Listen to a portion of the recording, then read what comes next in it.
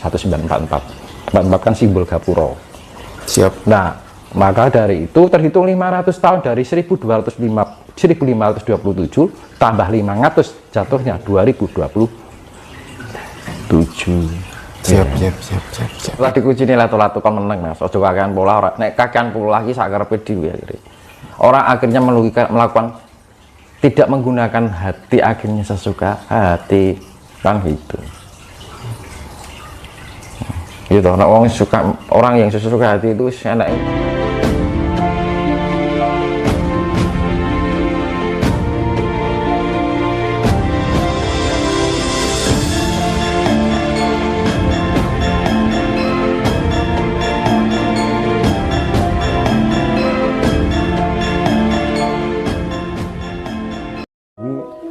Bergerak ke arah timur, bergetar ke arah timur gitu. Sekarang dibalik. Nah, itu caranya untuk membalikkan fakta itu tadi yang akhirnya terus berputar, akhirnya menghasilkan keburukan terus, semakin lama semakin buruk, akhirnya dibalik Mas. Cara membalikkan misalnya gini Mas, itu kan lebih global ya, global. Ini bumi, rumah jenengan madep ke sana ya, ya toh Mas. Yeah. Madep ke timur, matahari kan di sini, ya toh. Ketika bumi berputar di arah timur kan seakan-akan matahari terbit dari timur, ya kan? Karena ya bukan buminya yang matahari yang meliputi, buminya yang berputar kan gitu kan, gitu. Karena ada roda cakra ini menghasilkan waktu gitu mau, gitu.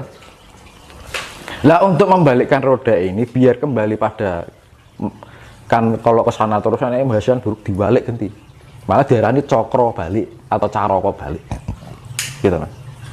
Nah membaliknya ini adanya terjadi geomagnetik bumi. Geomagnetik bumi atau pembalikan kutub bumi.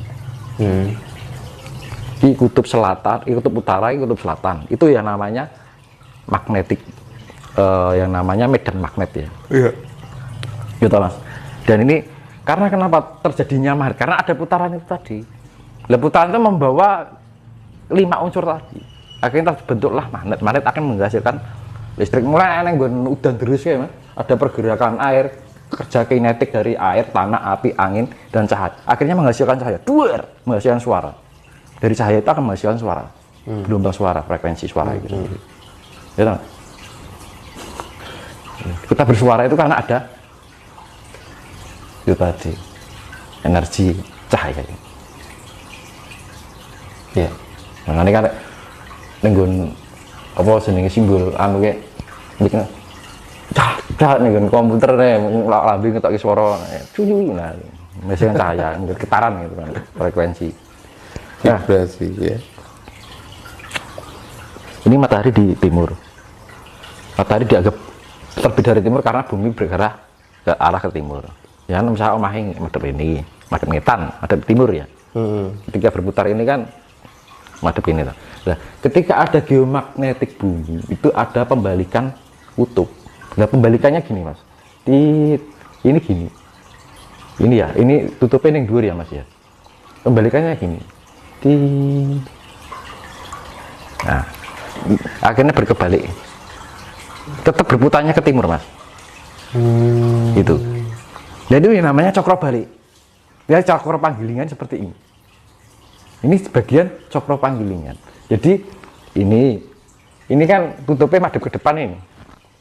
Berputar. Jadi kutubnya yang berubah. Ya, ketika pembalikan ini gini Mas. Ini terus ini. Tetap berarahnya ke sana.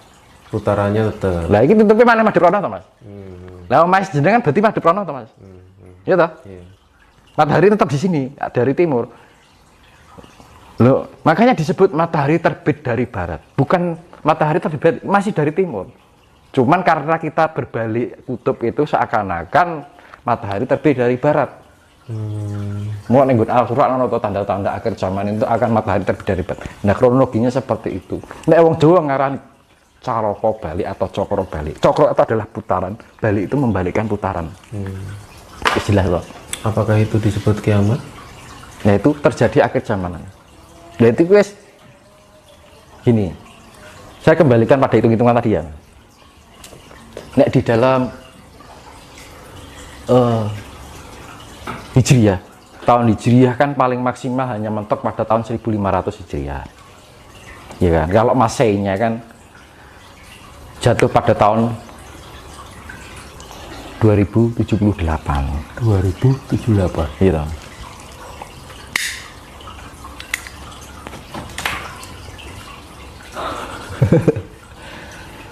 Nah, tadi kan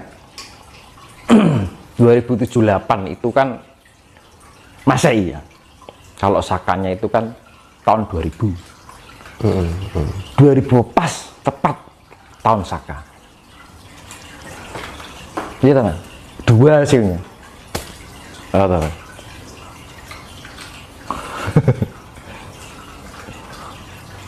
Siap.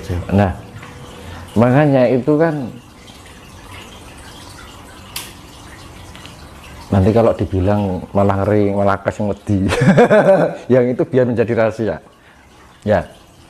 Pokoknya intinya kewaspadaan di tahun 2022 ini mulai tahun 2023 kan pembukaan gerbang kan tahun HUT tadi ya kan yang saya jelaskan tadi. Pembukaan gerbang kejayaan itu tahun 1944 Saka atau tanggalnya tanggal 4 Sasi Kalima 1944 Saka ya kan. Itu terhitung 495 tahun dari tahun 1449 Saka atau 1527 Masehi. Itu runtuhnya Majapahit kan terhitung 495 dijumlahkan 9 semua 18 jadi 9 gitu. Nah itu pembukaan, makanya 1944 itu artinya satu pintu, 9 kejayaan, 44 itu adalah gerbang karena 9 disebutnya pembukaan. Kalau tahun 1449 dianggap penutupan, gerbang penutupan karena 9-nya di belakang. Kalau yang ini 9-nya di depan, 1944 kan simbol Gapura. Siap. Nah maka dari itu terhitung 500 tahun dari 1527 tambah 500 jatuhnya 2027. Siap.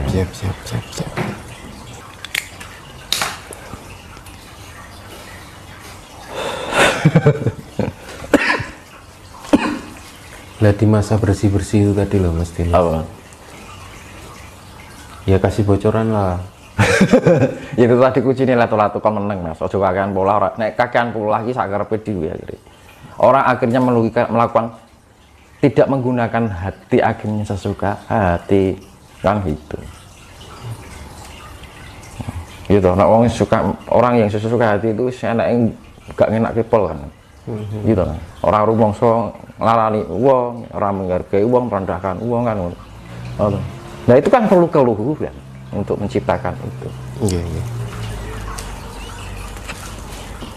Maka itu dikembalikan ajaran keluhuran budi pekerti tanah Jawi, yaitu yang disebut mula diarani pepesti ninusa wis tekan janji wis kapitung 500 warsa tahun.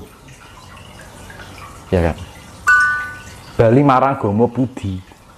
Agama Budi itu adalah budi pekerti yang mengajarkan atau kita menjalankan kehidupan yang penuh dengan keluhuran. Keluhuran apa? Kemuliaan. Kemuliaan itu harus mempunyai sifat hamamayu. Hamamayu untuk mempersembahkan yang cantik-cantik, yang indah-indah. So beautiful. Kan ngono. Lah kan kalau orang tampak dengan indah itu memang menerangkan. Ya kan? Nyaman. Akhirnya timbul rasa kedamaian. Nah itu yang namanya zaman kedamaian, zaman kesucian. Selama dunia ini tidak akan tercipta kedamaian, maka tidak akan tercapainya yang namanya zaman kesucian, yang namanya peradaban baru. Maka disebutlah zaman Asmorotoro. Zaman sekarang kan zaman Rupantara. Orang yang diutamakan itu yang rupa-rupa gitu. Gitu. Tara itu akhirnya meluas ya, global. Ya kan? Maka zaman sekarang dibilang zaman Rupantara.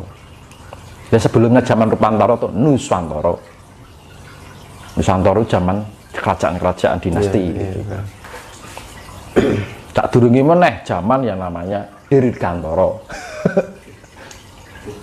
Macam-macam. Di atas lagi zaman Surgantara. Di atas lagi zaman Purwosidok. Apa Anti lali. Purwo Duk Sinoroto. Purwo Duk Sinoroto. Itu zaman awal kehidupan. Di setiap zaman itu ada periode. Nusantara itu zaman Majapahit, zaman kerajaan Mataram. Ya. Terus Indonesia ke sini Rupantoro, orang hanya mengutamakan menonjol-nonjolkan hal yang rupa-rupa, pencitraan, image, bahasa Inggris sih. Image. Gitu. Nah, itu orang akhirnya dengan adanya image itu orang mengunggulkan gaya hidup. Lah gaya hidup ini yang akan membutakan orang. Makanya semakin orang sering melihat hal yang berkilau akan membutakan mata itu. Akhirnya peteng. Lah dengan kegelapan dunia ini perlunya cahaya yang namanya penerangan. Orang yang tercerahkan, maka butuh pencerahan. Kan gitu.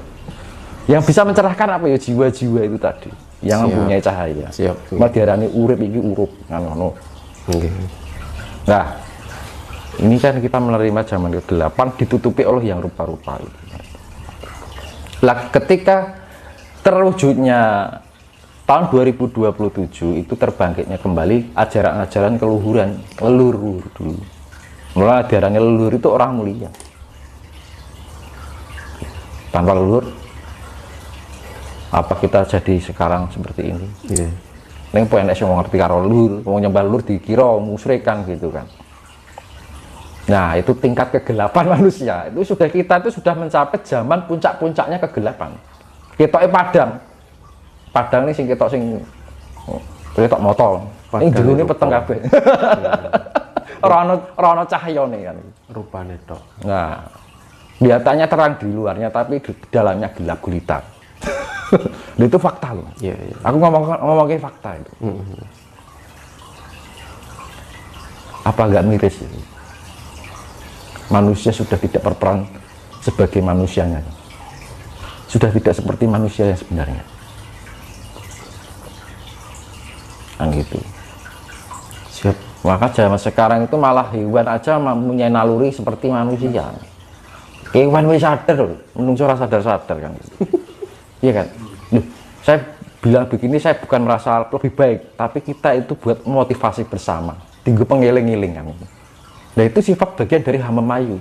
Nah itu bagian dari pencerahan, memberikan gambaran-gambaran kehidupan yang sifatnya memberikan pepadangan urip. Mulai darani Gusti pinaring ana padang gesang kawula supados tansah pinaring ana pituntunan wonten ing gesang kawula. Dalam arti ketika kita mendapatkan pencerahan hidup kan jenengan mlakukan ing petengan ana patah grek-grek nabrak ngerti jurang ditablas ngono lho. Jenengan sing madang. Nek nggo senter kan beda kan gitu. Nah senternya apa ya, jiwa kita sendiri ataupun melantaran orang lain yang memberikan pencerahan. Zaman sekarang kan orang tidak tertarik dengan hal-hal seperti ini, dengan nasihat-nasihat bijak itu kan nggak tertarik bosok. Ini akan besok akan memberikan prospek baik untuk mendapatkan uang yang banyak. Oh senang banget, iya atau mas? Zaman sekarang kan ketika mendapatkan nasihat-nasihat bijak kehidupan kan mau nggak tertarik kan. Tapi kalau mendapat presentasi yang menghasilkan banyak uang itu semangat banget kan. Apa nih untuk bonus? Iya, viewernya banyak banget. Bosok diskonan rebutan. Pokoknya bonus rebutan. Konten yang temanya tentang kekayaan. Wah itu viewernya bagus banget. Nanti kan yang menonton juga yang sesuai dengan jiwanya. Tapi bagi yang tertarik haus dengan nasihatnya bijak itu lain. Orang dahulu, leluhur kita dahulu itu haus akan ilmu pengetahuan dan akhirnya membuat pengetahuan, gitu, menciptakan pengetahuan. Zaman sekarang kuliah pengetahuan lah ketemu kan, malah kesasar kan. Nah kalah karo ki mahawa gitu, hulan nafsu gitu, nah gitu. Nah akhirnya timbul karep gitu. Akhirnya apa? Terperangkap keinginan. Betul. Nah orang yang tertarik dengan wah ini memang mengenakan sih, gitu. Alasannya aku di kebutuhan ngopeni keluarga, kabeh wong ngomong ngono ya. Nggak ada orang yang berbicara begitu. Zaman dahulu enggak kayak seperti itu, ya. Seperti apa Mas Tinus? Bisa dijelaskan tentang dhisik kan apa-apa ya gampang, Mas. Ya, tentang pola hidup leluhur Jawa kuno itu dulu seperti apa, Mas? Ya narimo itu tadi, narimo ya diarani alon-alon, waton kelakon, itu kan budaya orang dulu ya, Mas. Zaman sekarang alon-alon Ramadan kan ngono to. Iya to, ora entuk apa-apa. Kan ora kedungan ya to. Kalau tidak gila tidak dapat apa-apa. Nah kan namanya zaman terbalik. Manusia sudah tidak memanusiakan manusia.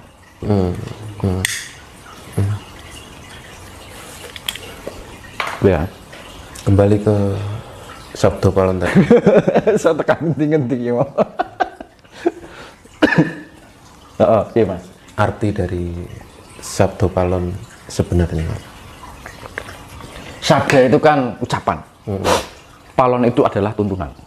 Palon tuntunan. Ya, ucapan yang berikan tuntunan. Tuntunan tentang apa? Keluhuran.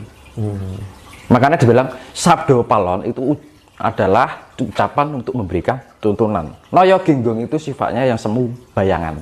Naya itu bayangan. Genggong itu yang bergerak. Ya dewi to Mas. Sifat non fisik kita itu diarani sejati ning awake dhewe. Guru sejati kita. Makanya Sabdo Palon Noyo Genggong itu gambarannya Semar dengan Bakong kalau di pewayangan. Sabdo Palonnya Semar, Noyo Genggongnya Bakong. Gitu. Bagong itu lahir dari apa? Dari bayang-bayangnya Semar itu sendiri. Cuman Bagong itu memegang suatu kebenaran, dugal kewarisan.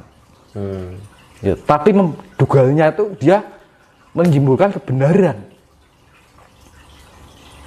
Makanya motone Bagong itu di dalam pewayangan itu matanya besar. Wong urip itu cara pandangnya harus luas. Gitu loh. Artinya seperti itu. Melihatnya dunia ini dengan selebar matamu kan ngono. Ibaratnya kan ngono. Ya toh. Jangan menjadi orang yang ini kayak sengkuni. Ya toh. Ngene memandang dengan sebelah mata. Ngene iki ya toh. Sengkuni ya.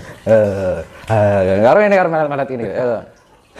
Nek Bagong motone mentolo. Oh itu. Iya kan? Itu garing ya. Bagong. Yang gini.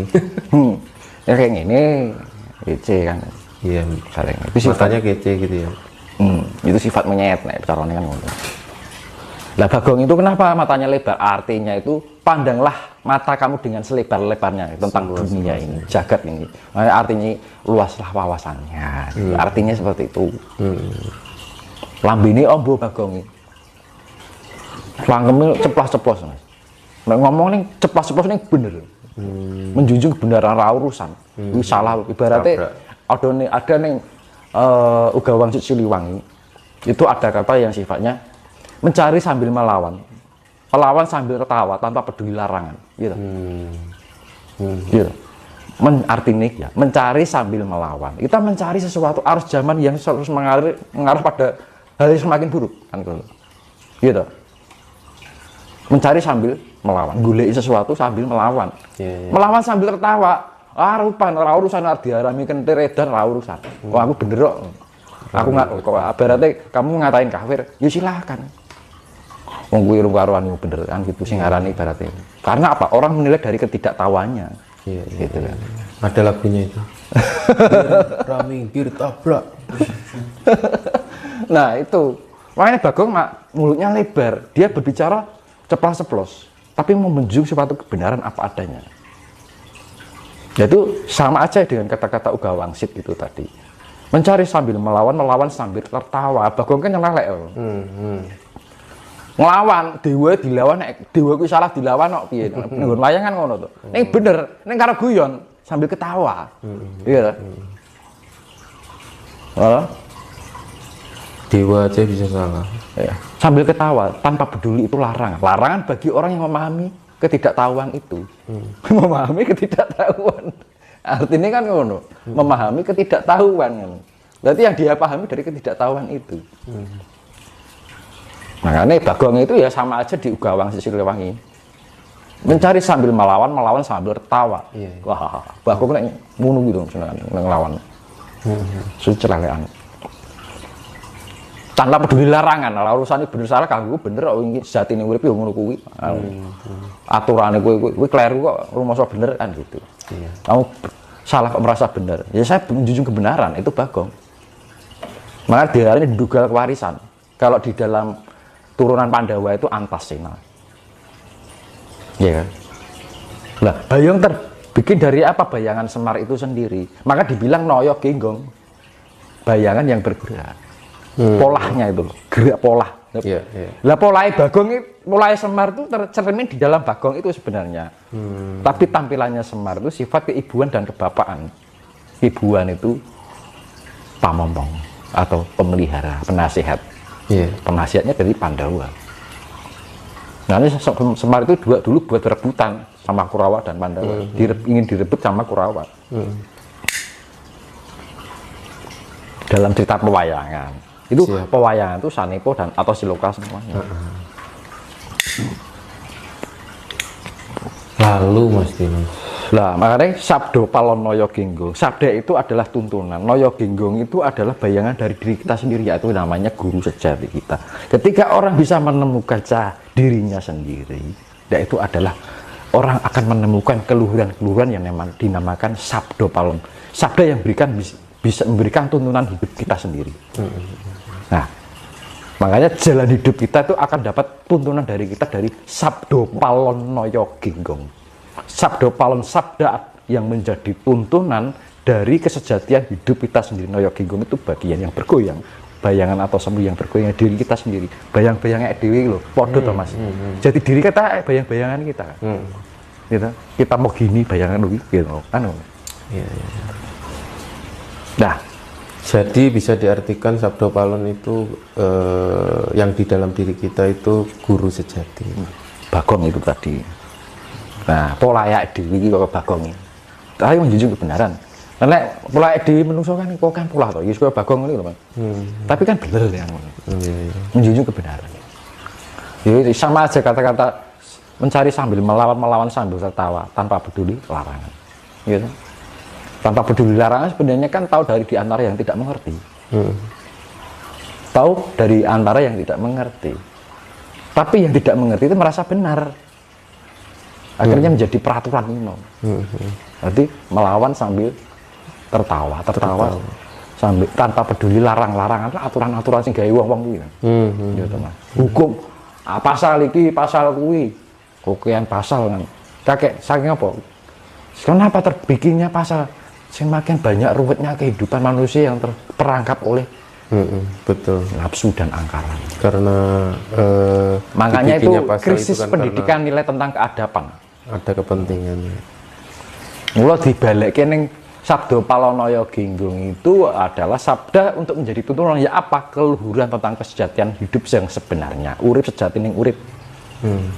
Ya kan? Urip kang sejati. Iya, iya, iya. Nah, makanya yang akan kembalikan selama orang tidak mau untuk melakukan itu,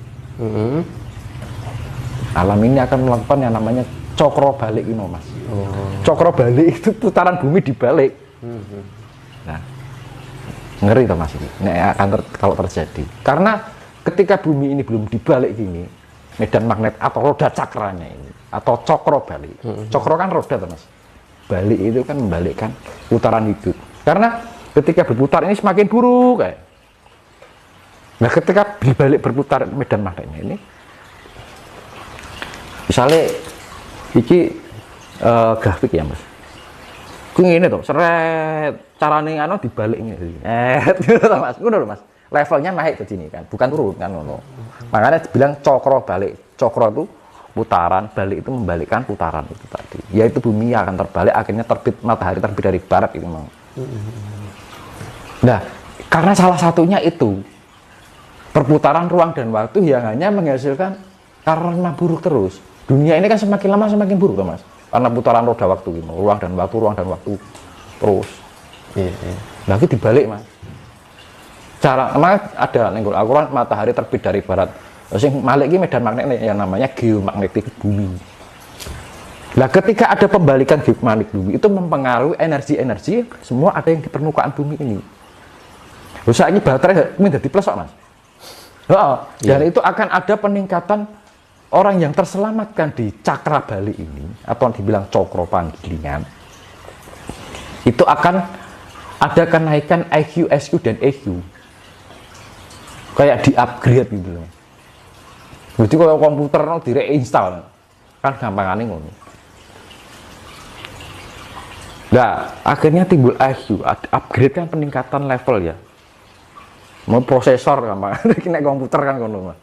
Tingkat IQ-nya meningkat, kecerdasannya di atas rata-rata dari kecerdasan orang sekarang. Nah, di saat itu ketika orang sudah mengalami pembalikan cakra dari putaran bumi ini, ada peningkatan level IQ yang bisa mencapai 1000 gampangan, 1000 berapa gitu. Setara dengan kemampuan alien kan gitu. Kan IQ-nya alien kan jauh lebih tinggi dari standar manusia atau level tertinggi dari IQ manusia. Tertinggi Albert Einstein apa gitu. Gitu. Albert Einstein. Ya, itu tertinggi. Dia mempelajari ilmu spiritual tapi secara ilmu penalaran. Kan ngono Mas. Gitu. Nah, di saat itu ketika orang di dalam zaman besok itu yang namanya sudah masuk dalam cakra balik itu, orang tertingkat upgrade. Nah, ketika orang tertingkat upgrade itu kan ada tingkatan IQ. Di orang-orang besok itu akan mampu menguraikan tubuh fisiknya menjadi metafisik. Metafisik itu sesuatu yang tidak bisa dilihat oleh mata lahir, yang sebetulnya nyata ada. Metafisik itu bukan sesuatu yang tidak ada. Cuman kita harus mempunyai frekuensi yang jauh lebih kuat, besar, ya kan, untuk bisa menangkap metafisika itu. Apa metafisika ya gaib nih Mas. Basa kimia ini metafisika ngono wae. Iya toh. Nek carane wong Jawa gaib kan. Iya. Makanya dibilang fisik dan metafisik.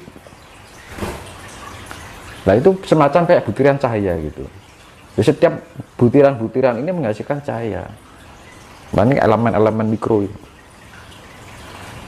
Maka ketika orang moksa itu bisa menguraikan tubuh fisiknya ke metafisik. Artinya orang moksa lah gitu Mas. Orang moksa itu dia bisa mampu menguraikan tubuh fisiknya menjadi tubuh metafisik. Menjadi butiran cahaya. Butiran itu setiap butiran elemen itu menghasilkan cahaya. Sangat lembut sekali, kayak berterbangan gitu. Nah, berterbangan itu makanya kalau di dalam pewayangan orang yang moksa itu yang membawa adalah Garuda. Garuda itu sifatnya angkasa. Kita bertaburan ke angkasa. Sudah tidak terikat ruang dan waktu. Nah, kemampuan orang besok itu seperti itu. Bisa menguraikan dirinya. Makanya kembali pada itu bagian dari ilmu sastra Jendro Hayuningrat Pangluwating Diwu atau ilmu sangkan paraning dumadi. Tahu asal usul, tahu masa depan dan tahu dia di mana dia akan kembali. Ya, nah, kemampuan seperti itu kan butuh IQ yang sangat tinggi. Lu orang moksa itu ada loh. Pak D saya ada sedang mengalami zaman sekarang moksa. Nah, perjalanan orang moksa itu sendiri, apakah dia masih mengembara itu? Enggak, bisa di rumah, bisa. Tapi itu kan biasanya menjelang usia berapa gitu kan Mas.